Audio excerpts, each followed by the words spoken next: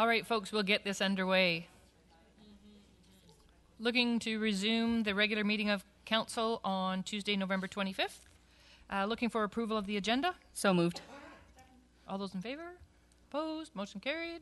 Public participation. It is your time, folks. Anybody that wants to speak to council on any matters on the agenda and or anything of your desire. Microphone is on, I see, the little red light. Step right up.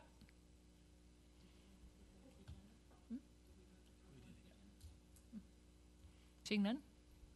Alrighty, we shall carry on. Mayor's message time. So we have a couple of announcements from members of the council, so I'll let them start first. Councillor Martin.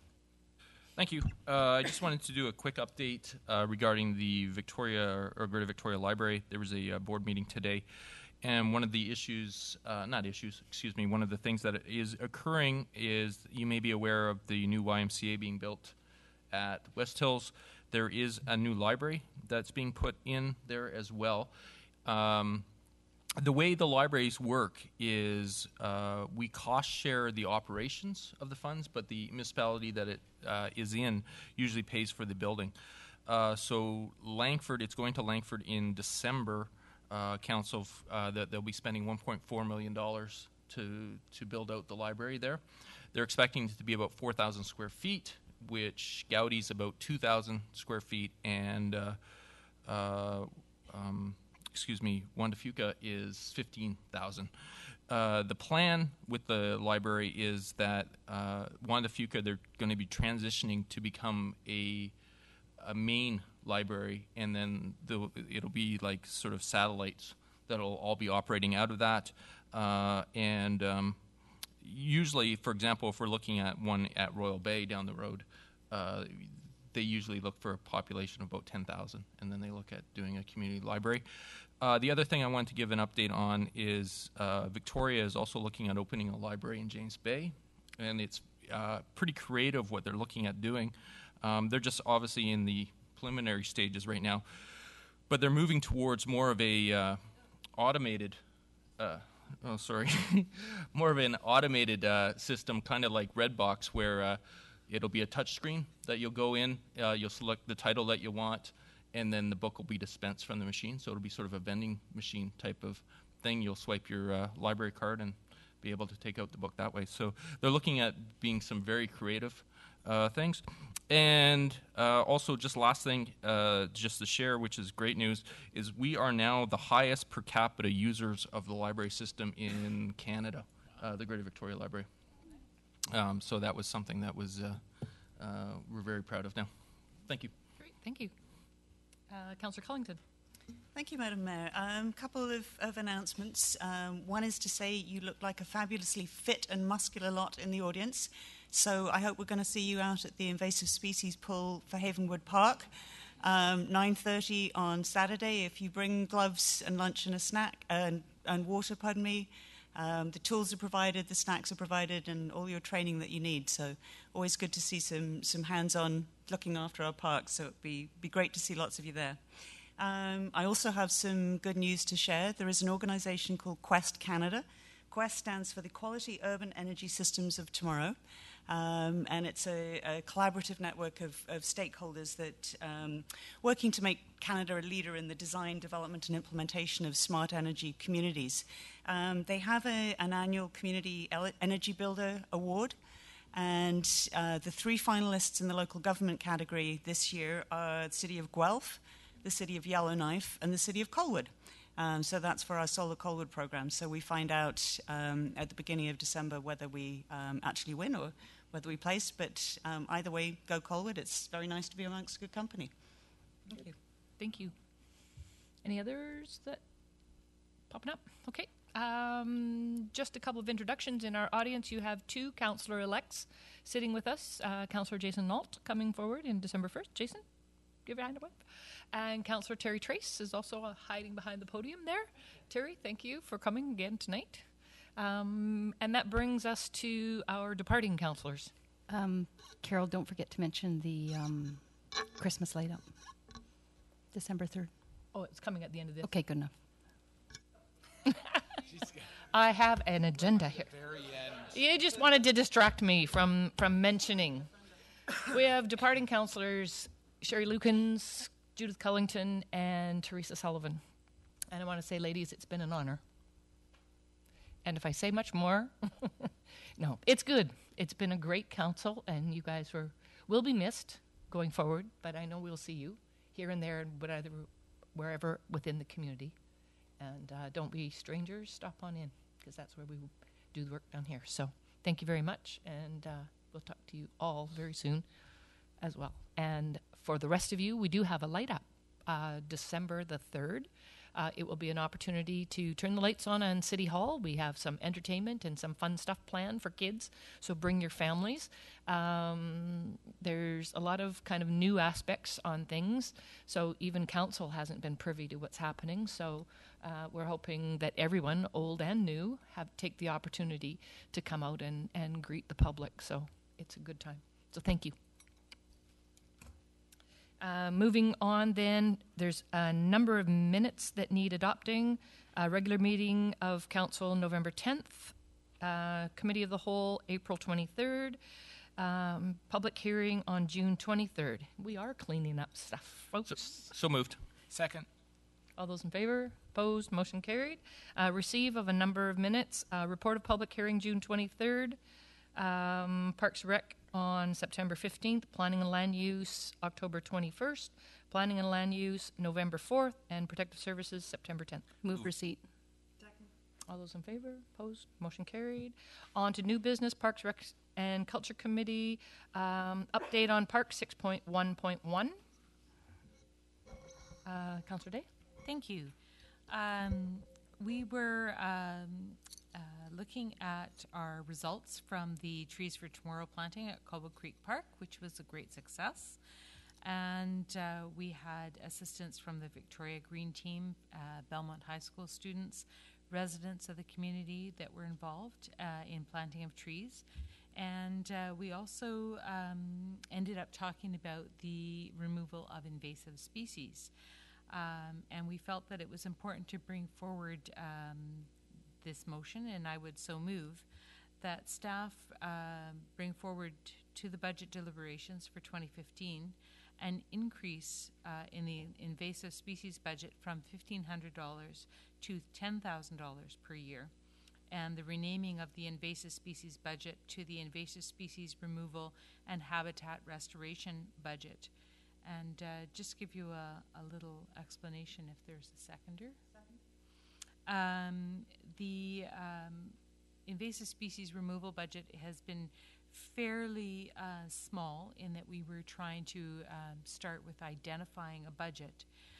But what we have found is that we've had some very difficult invasive species that are so prolific that they absolutely required our attention, specifically the blessed milk thistle, that a portion of our parks maintenance budget has been reallocated to those invasive species, and the $10,000 is about how much money we've spent in this past year on invasive species removal, which is why we're just requesting, and we do realize that this is of course subject to the budget deliberations that are yet to come, but we're just suggesting that this be our starting point. Councillor Cullington? Thank you. This was a good discussion at Parks, and I think we were all quite surprised to realise that the existing budget was only $1,500, because certainly our Parks foreman does an absolutely extraordinary job of keeping on top of this. And although it seems like a request for a very big increase, I think it's probably a much more realistic figure to have in the budget. And of course, always the thing to remember with invasive species is it can be much more expensive not to deal with them than it is to actually deal with them. There are things like Japanese knotweed, which we do have the odd patch of in Colwood that does some really nasty, if you get that under roads and asphalt, it just completely destroys it. It's extraordinary stuff. So I think it is a proactive move to look at increasing this budget. Councillor Lukens? Thank you, Your Worship. Just a question with respect to utilization of the monies that you're requesting in this budget. Is that in parks within Colwood, private lands would be maintained, or invasive species on private lands would still be the responsibility of that owner or developer? That is my understanding. We are the budgets that we're accessing are for areas where we're protecting our roadways, we're protecting our parks. We're actually working on City of Colwood municipal lands, and then private owners would be responsible for private lands. Thank you. Anyone else? Seeing none, called question. All those in favor? Opposed? Motion carries. Item 6.2, Planning and Land Use Committee, 6.2.1, DVP 14014, Latoria Road. Thank you, Your Worship. This application for variances, if you've read the report, are identical to those approved by the City in October 2008, but it was recently that staff identified a procedural oversight and received advice confirming that the City has no legal standing, which required the applicant to reapply with the original conditions in order for the proposed variances to be reinstated. So just to give you a bit of groundwork there. The applicant is requesting to vary Section 10.13.4 of the Land Use Bylaw number 151, reducing the maximum allowable lot frontage requirement from 14 meters to 6.55 meters, and the maximum allowable lot width requirement from 14 meters to 12.5 meters for proposed lot 38, and reduce the minimum allowable rear yard setback requirement from 7.5 meters to 6 for proposed lots 39 and 40. Also vary Section 2 of Schedule B of the Subdivision and Development of Land Bylaw, number 285, reducing minimum allowable width of a local street from 20 meters to 15 meters. Vary Section 8 of Schedule B, reducing the maximum allowable road grade from 12% to 15%. Vary Section 2.33 of Schedule C, reducing the minimum allowable road pavement width from 8.5 meters to 6. And vary Section 4.03 of Schedule H, reducing the minimum allowable radius of a horizontal curve from 90 meters to 20 meters in order to facilitate the subdivision of the parent parcels into a 59 single-family residential lot subdivision on the properties located at 517 and 535 Latoria Road. Their lot size was approved at the time the properties were rezoned, and that the roadway, there was some discussion at the meeting with respect to the roadway that crosses into the neighboring properties. And that roadway to Pondside Terrace is a gated and for emergency vehicles only access, and that there will be a cross-cut sidewalks and roadway and cul-de-sac will be designed for emergency vehicles as well. Some of the neighbors had expressed concerns with respect to, and I'm going to use the quotes, clear cutting of that property, end of quote. We did emphasize with them that the city has taken action to try and eliminate that in future developments, that we understood the impacts to the community with respect to that happening. So the recommendation to council, and I'm not going to read all of this if you don't mind, that development variance permit number DVP 14-014 be authorized for issuance, which would have the effect of varying A through G on the properties described as amended Lot 2 of Section 60 Esquimalt District Plan 6605 and Lot B, Section 60 of Esquimalt District Plan 44906, except Part and Plan EPP 18070 of 517 and 535 Latoria Road, subject to the following conditions between 1 and 5. Second. All conversation, Councillor Cullington. Thank you. I will be supporting this. I supported it when it came through before. I just threw you a question to staff. Is that better? Question to Ian. The first item under subject to the following conditions, it says prior to subdivision approval, a conservation covenant. Should that say restrictive covenant?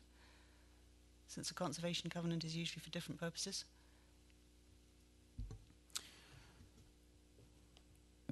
I believe the wording is the same wording that was on the previous approval.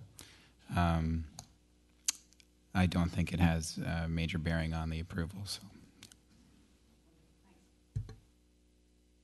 Any other conversation, discussion? Seeing none, called question. All those in favor? Opposed? Motion carries.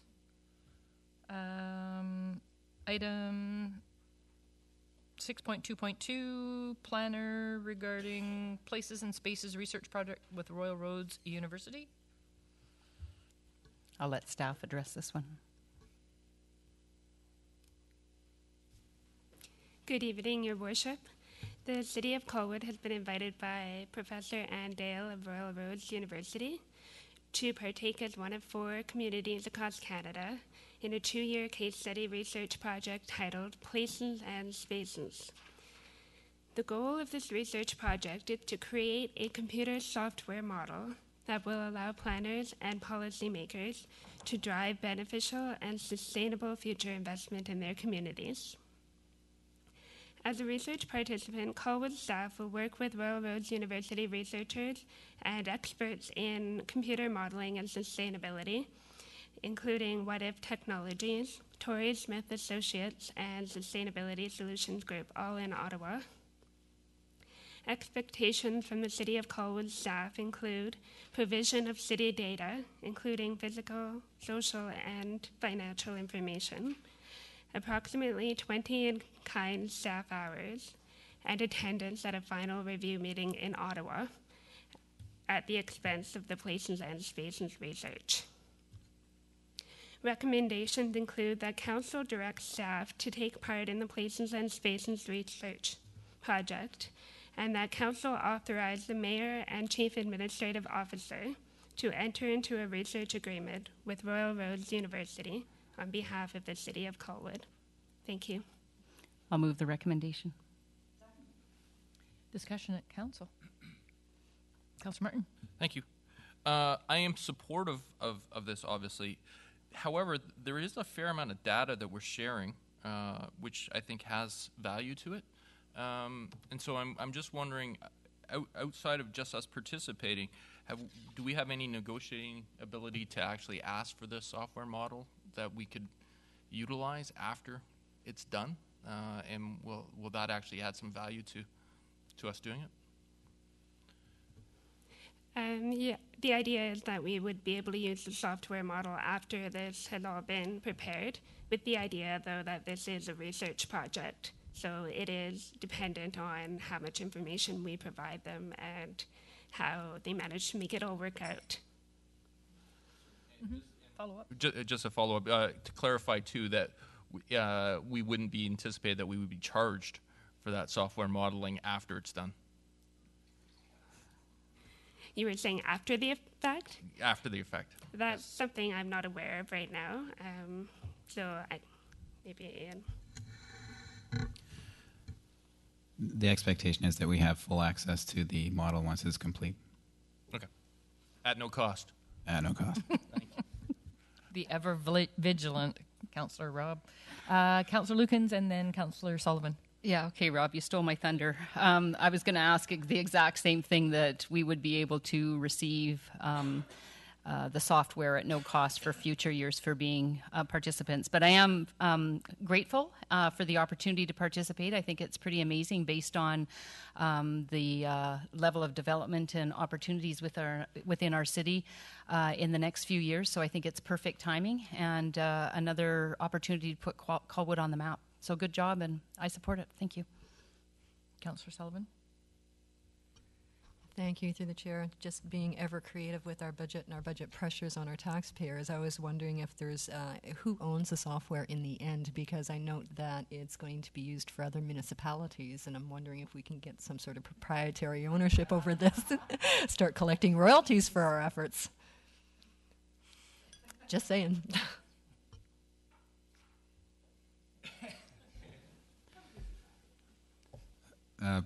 Through the chair, we don't believe there's this is not going to be commercialized. It's a research project by a public university. We do not see an opportunity for us to obtain profit because this is a nonprofit endeavor. We also, we came across this opportunity through some research in terms of modeling our greenhouse gas emissions and the relationship to development. And council had approved $10,000 for staff to undertake that work, and we feel that this will take the place of that work, and we will not have to spend that $10,000 that was previously allocated. He's rubbing his hands over here. Councillor Day. Thank you. I'm just wondering if the modeling would be able to inform us in terms of our transportation master planning, because it might be able to forecast some of our traffic patterns associated with development. The expectation is that if we provide that kind of information to the research team, that they will be able to analyze that information. So, yes. Anyone else? Seeing none, call the question. All those in favor? Opposed? Motion carried. Thank you, folks. And I understand that actually 6.2.3 has been resolved. Correct? Yes, Your Worship. Okay. So 6.3.1, Finance and Administration Report, CAO, Colwood Employee Performance Appraisal System.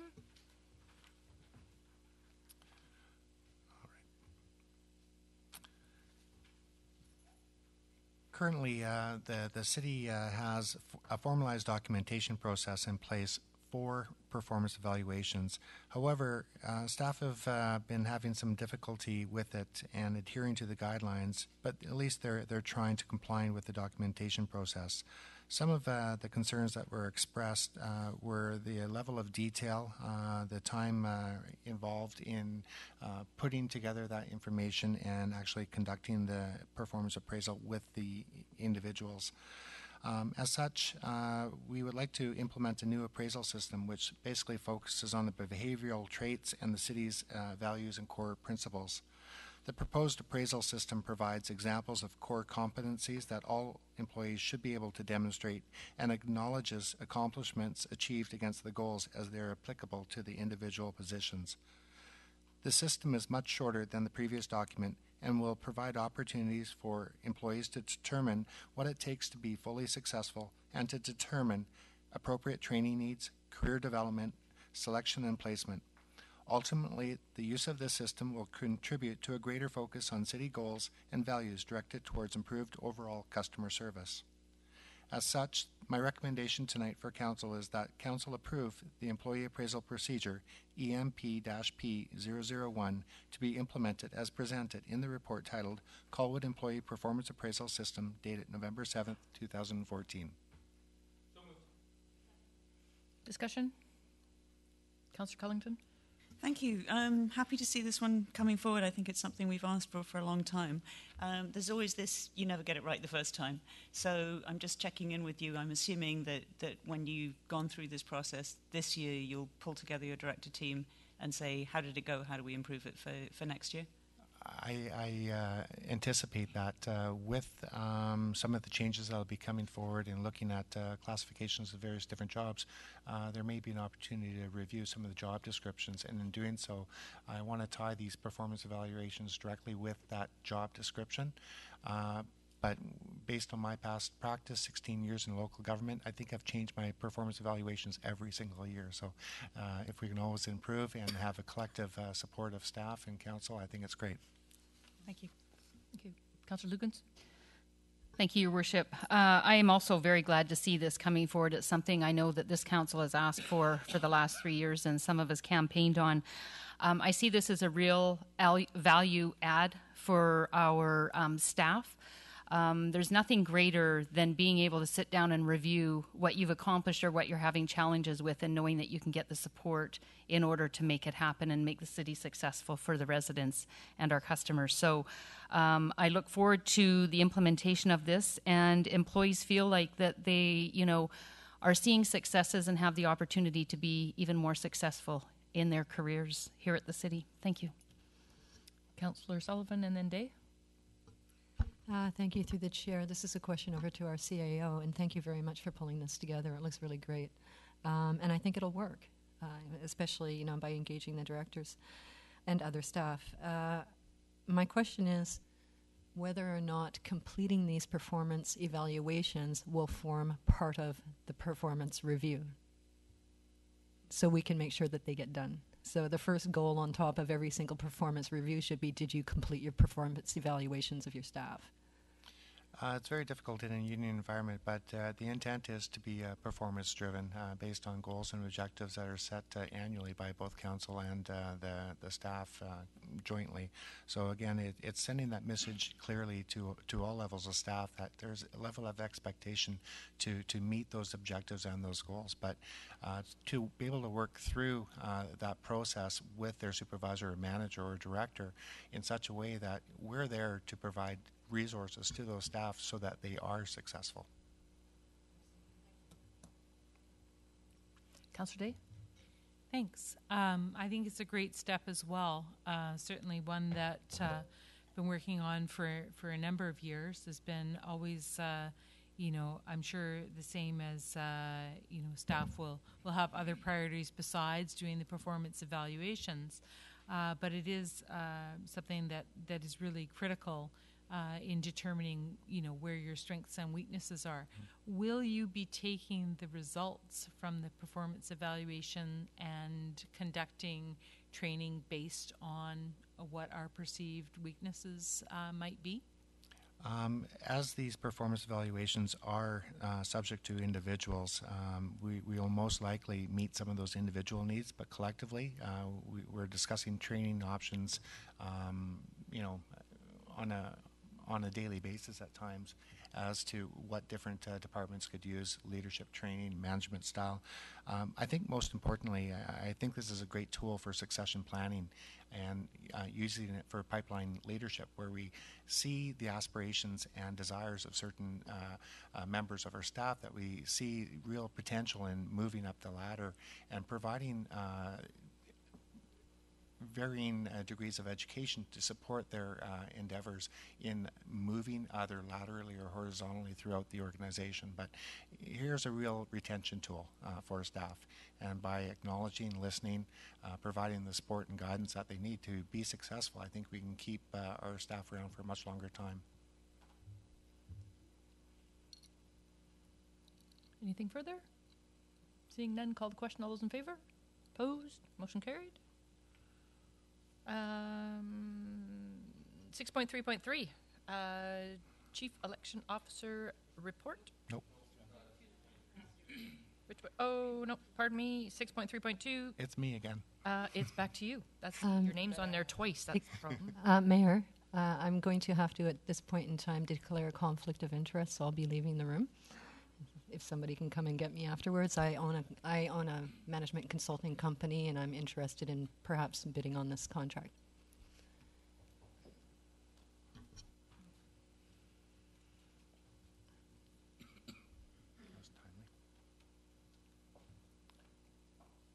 One of Council's strategic priorities in 2012 was to conduct a comprehensive service capacity review. This work was delayed due to 2 CAO staff changes since Council was elected. This report has been prepared to seek the necessary authorization for the CAO to issue a request for a proposal for a comprehensive service capacity review. This review is necessary to ensure our services are appropriate, effective, and efficient. The key benefits of service delivery reviews include the alignment of community needs, a more engaged community, higher quality service provision, cost savings and income generation, increased efficiency with limited resources, partnerships and networks with other local governments and service providers, increased capacity of staff to respond to changing needs of the community, staff who work cooperative across departments, and a more systematic approach to understanding future community needs. The approach that we'll be using will utilize 6 phases. One will be to initially set up the project, various team structure, objectives, stakeholder engagement, and evaluation framework. We will at that time have an opportunity to review our draft plan. Phase 2 is data gathering, defining some of the existing services, stakeholder engagement, and collating existing views, and identifying any alternate service provision models. Phase 3 is more or less the analysis, setting some of the review priorities and conducting this review, and complete a matrix of services. Phase 4 would be the initiation of a draft report, stakeholder review, and to finalize the report. Phase 5 is the implementation, where we develop an implementation plan and provide that documentation. And Phase 6 is to evaluate and report out to council and to the community. The financial implications of this, after consulting with various different municipalities who have undertaken this work, is the fees for consulting assistance will be approximately $75,000. However, this amount will span 2 budget cycles, with an estimated $20,000 being expended in the 2014 fiscal year and remainder in 2015. This amount can be accommodated in the city's current 2014 budget for consulting fees, as there is sufficient surplus currently available. My recommendation for council this evening is that council provide the necessary authorization to the Chief Administrative Officer to issue an RFP for the Comprehensive Service Capacity Review, and further, that any proposals received will be evaluated by the Mayor and Chief Administrative Officer, with their recommendations to be brought forward at the December 15th, 2014 meeting of council. Move the recommendation. Seconder? Second. Discussion? Councillor Cullington? Thank you. I'm fine with the concept of doing this, but I have some issues with the way the RFP is written, and specifically as a consultant who responds to these kinds of things, I look at this and I go, request for proposals issued tomorrow, submission of proposals Friday the 5th. That does not give time for consultants to really look at this and it takes 2 weeks to put a good proposal together. And we're looking at a $75,000 contract. So if I was looking at this, my instant reaction is, oh, there's an insider, they already know who they want to hire. And so what you get is a perspective of lack of transparency. And with absolute great respect to my colleague down the table, it's, clearly she would have insider information into this, and I would, I would love to see if we've got this sort of very clear, very public and open process, and her company was the successful bidder. That's one thing. But if there was this sense of kind of unrealistic compressed time, and her company was to win, I think it would reflect badly on us. So I think we need to, as we've said before in some of these other things, do it right, not do it fast. And I don't see an issue in kind of effective working time if we do this such that we can sort of finalize proposals before Christmas, but then let the contract at the beginning of January. So I think it's something we should give consideration to. Thank you. Through the chair, would it be appropriate then to maybe extend that deadline to perhaps say the 10th, almost a week later, for the day of? I can most certainly do that. I'm not sure if I will have a full report other than maybe perhaps a verbal, but I would endeavor to actually create some sort of documentation to review that evaluation process. My suggestion is that you continue to accept proposals until the 15th. That gives you a chance then to go through them and then make a recommendation to the first council meeting in January. It does mean a little bit of delay, but I think it's about doing it right, not doing it fast. We need to make sure we've got the right team for this, and let's have a good competition. My suggestion. Further discussion? I see us moving to an amendment here or something.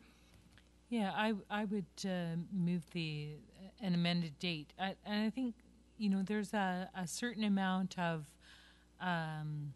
disruption to an organization with a service capacity review. It can be a really, really positive thing, but it can also be perceived negatively. So I think it's really important that the right people come in so that it is a very positive experience for all the staff. So I would move an amended date for beginning in January. Just before to extend it to the beginning of January? Okay. Or to be brought forward to the first council meeting. I just want. So the we had 15th is the deadline. submission of the proposals December the 15th, and then awarding of contract, whatever the date that first, first council meeting. January First 12th. council meeting in January. Just so that we understand Yeah, what we mean yeah. by that. December 15th for the proposals coming in, and then the first council meeting in January for us to receive a report For discussion. on the evaluation and discussion. Does that allow it to still be utilized in 2 budget cycles? Yes. Yeah. Councillor Lukens? Thank you. I was also going to ask about the date because I read it and I thought, okay, well, maybe that's just filler. So I'm glad we've gotten clarification on that. This is something that I campaigned on in 2011, so I'm elated at my last council meeting that this is finally coming forward. I think so. Thank you to the CAO for putting a lot of time and effort into this. I think it's something that we really need to undertake at the City of Colwood in order to position us for success for going forward, because there's a lot of stuff on our plate that is going to be happening in the next 4 years, and staff need to know that they're supported, and we need to know that we've got the right people in the right positions and we've got the right team in place. So for this, I am grateful. I am comfortable with the date being amended. I think that's a good call. I think it's only fair. And to you, the CAO, to not have to put in 24 hours a day in reviewing, and to make sure that we get fair competition and people not assuming that it's already a done deal. So I think that's a good add. Thank you. Councillor Day?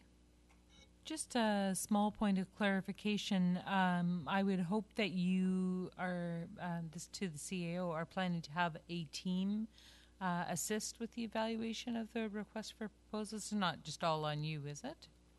My intent is to do the evaluation solely with the mayor and myself, with the mayor being CAO and myself being CAO.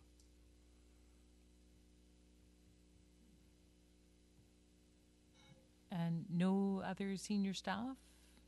We will consult through the process, but I believe that evaluation will be between both of us. It is more of an operational. I could assume that direction myself, but again, I would really like to have council be a part of that process, as this is a council priority as well as my priority.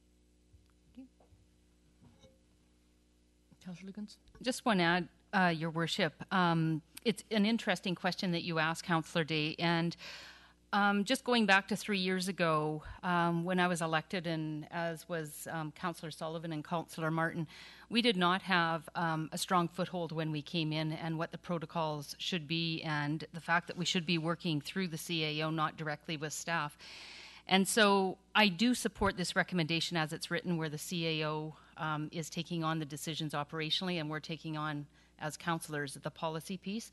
I wish I would have had that opportunity to do it right the first time, as opposed to be dredged through the coals and try to come out the other end of it and, lose your habits. So I think it's a good opportunity for the council to get off on the right foot, and us to, council to be able to differentiate what our role is and what the CAO's role is, and let him do his job. Any further discussion? Call the question on the amendment, or on the motion then? All those on the amendment? All those in favor? Opposed? Yep. Opposed? And motion carries, and then we are now on the main motion, which is the amendment. All those in favor? Opposed? Motion carried. Somebody want to grab Councillor Sullivan, please? And we can move forward to 6.3.3, report Chief Election Officer regarding the 2014 municipal election for offices. Is that going to be you, Ms. Pat? I don't care. I'll just present this report on behalf of the Chief. Because we have it corrected now. Sorry. So this report, well, if you give me a moment. This report is required through the Local Government Act, and it's just a report on the vote of the electors in the local general election of 2014. The Chief Election Officer's report is a true account of the ballots that were cast at the advanced and regular polls in November of 2014, with the proclaimed results being that Carol Hamilton has been duly elected to the office of Mayor, Lil Ha Chong, Cynthia Day, Gordy Logan, Rob Martin, Jason Nault, and Terry Trace have been elected to the office of councillor. And the newly elected members will serve a 4-year term commencing December the 1st of 2014. They'll be taking their oath at our inaugural meeting, which is set up for December the 1st of 2014. And just a few little stats. Colwood has 11,690 eligible voters, and just a little more than 25% of them took advantage of voting, with 2,940 ballots cast, which is a little less than 2011, where we had 3,101. So that's the report of the Chief Election Officer. And all we need tonight is just to receive the report. Second. All those in favor? Opposed? Motion carried. And just a thank you, Pat, to you and the team that were here for all of those days for making sure that things ran smoothly. Thank you. Yes, absolutely. 6.3.4 Memorandum Information Systems Manager Budget Reallocation for the purchase of information technology software and equipment. Finance? I guess I have a new title here. Sorry. I didn't realize I was going to be presenting this. So basically, and James, you may have to help me here because I didn't initiate the authoring of this report.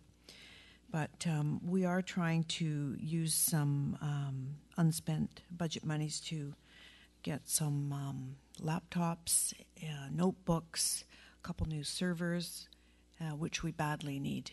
I've been told that the servers we've got right now are basically like if you were running your car with 4 badly worn out spare tires on it, not the original tires. Like the servers, if you're doing anything complicated, it's slow, it's clunky. And so we were able to basically, with some additional money here, come up with a budget that will allow us to replace both of those servers. And we're aiming for paperless meetings going forward, I believe, in 2015, so that all members will be able to have iPads, sorry. So I believe that was the general thrust of it. And James, maybe you can help me out if I haven't addressed that completely. Most importantly, our servers are failing. They have failed already this summer. We are in borrowed time. We were able to utilize some existing old inventory from our IT provider. We have limited time. Given the significance of this, I don't want to wait through the budget cycle, so we looked at possibility of reallocating some existing funds that aren't being utilized right now. So I feel that this reallocation of funds is appropriate for this intent. Do we need to move the recommendation? Yeah, we need. Okay, move recommendation. Oh, There's no recommendation. Sorry, I'm just looking back down. It's like, oh dear. Yeah, we need to make that one up. In essence, it's a $44,500. So the budget's reallocated from existing that is not going to be monies to upgrade servers and computer equipment at City Hall. Absolutely. You got that, Marcy? I'll move the recommendation. Seconder? Discussion, Councillor Martin? Thank you. It's standing out to me, the $35,000 bridge inspection. Could I get a detailed explanation on that one, please? If I could defer to the Director of Engineering.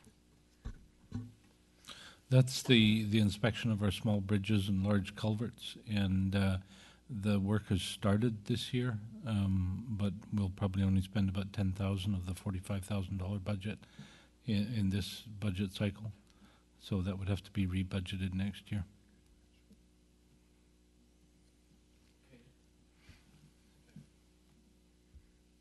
Councillor Lukens? So I also looked at that, and that stuck out to me because I just want to make sure that's not the Lagoon Bridge. No, it's all the other bridges we have except for Lagoon. Lagoon's already been done this year. So I guess then that leads me to the question, and I don't want to divert off topic, but why weren't those inspections and stuff done if we put it in the budget for this year?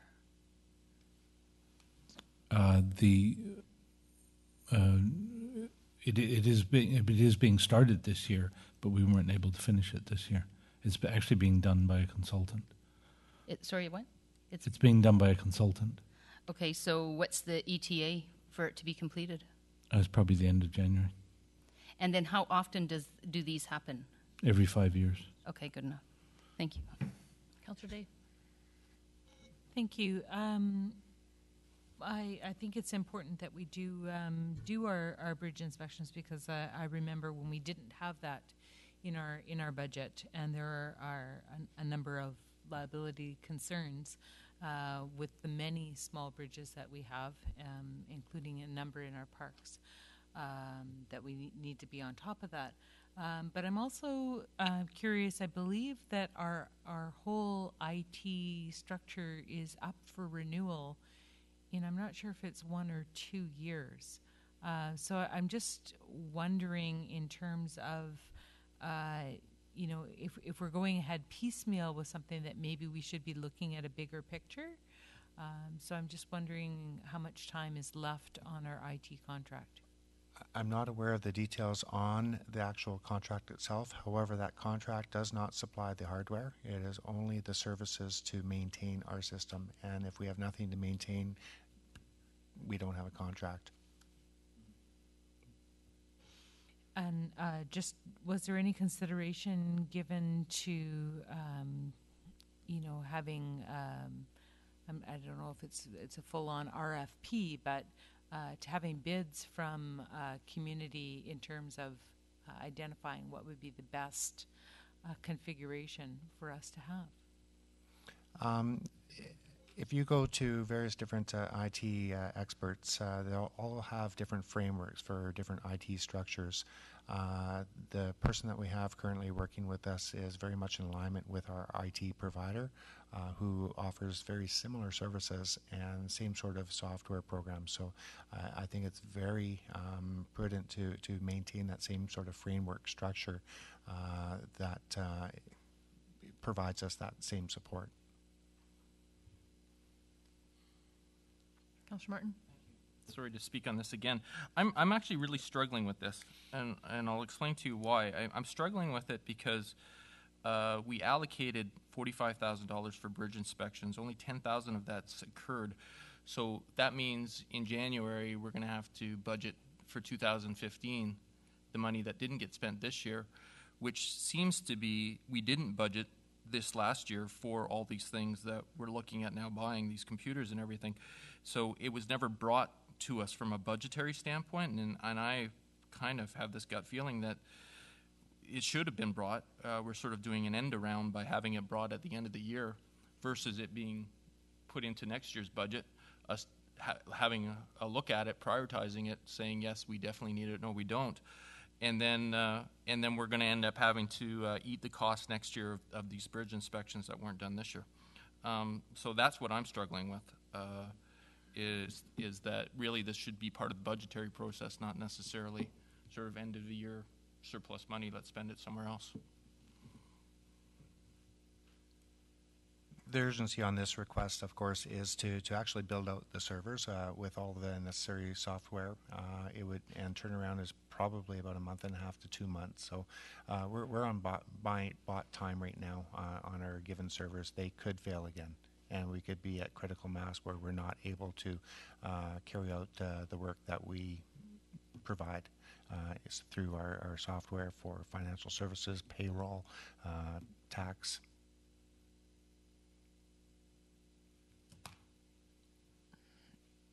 Question to Director of Finance. Was there, by your knowledge, any monies allocated going forward in the 5-year plan that might?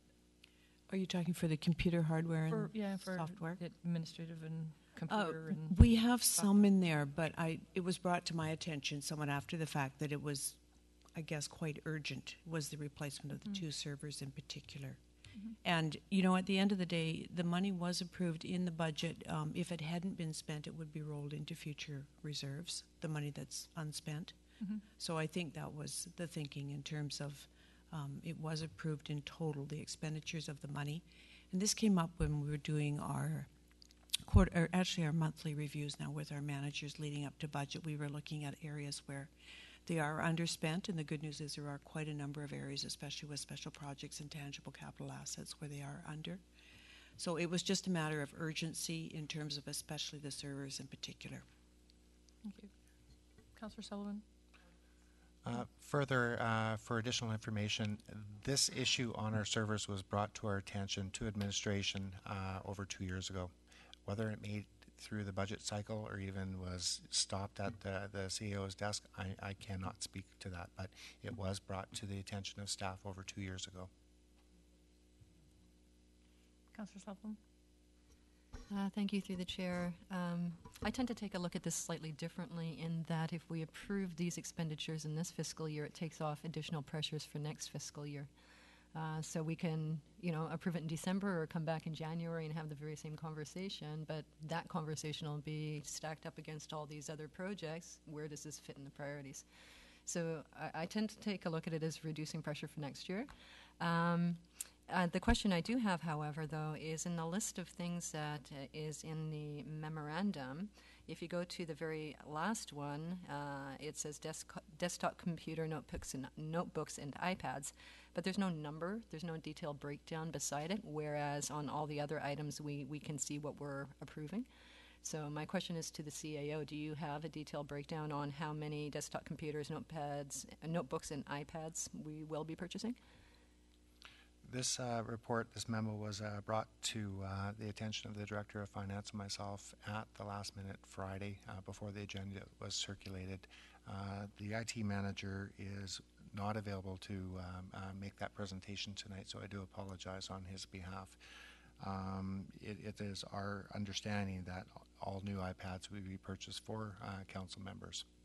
And with the exception of, I believe, one notebook or PC that would be dedicated for emergency operations.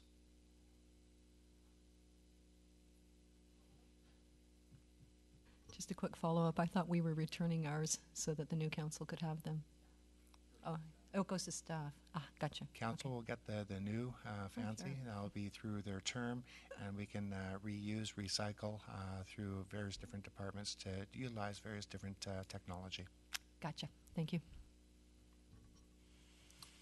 Further questions, comments? Call the question. All those in favor? Opposed? Motion carries.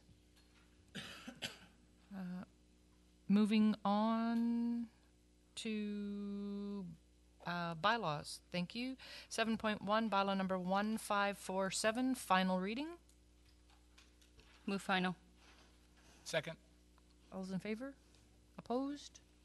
Motion carries. Two opposed we got there.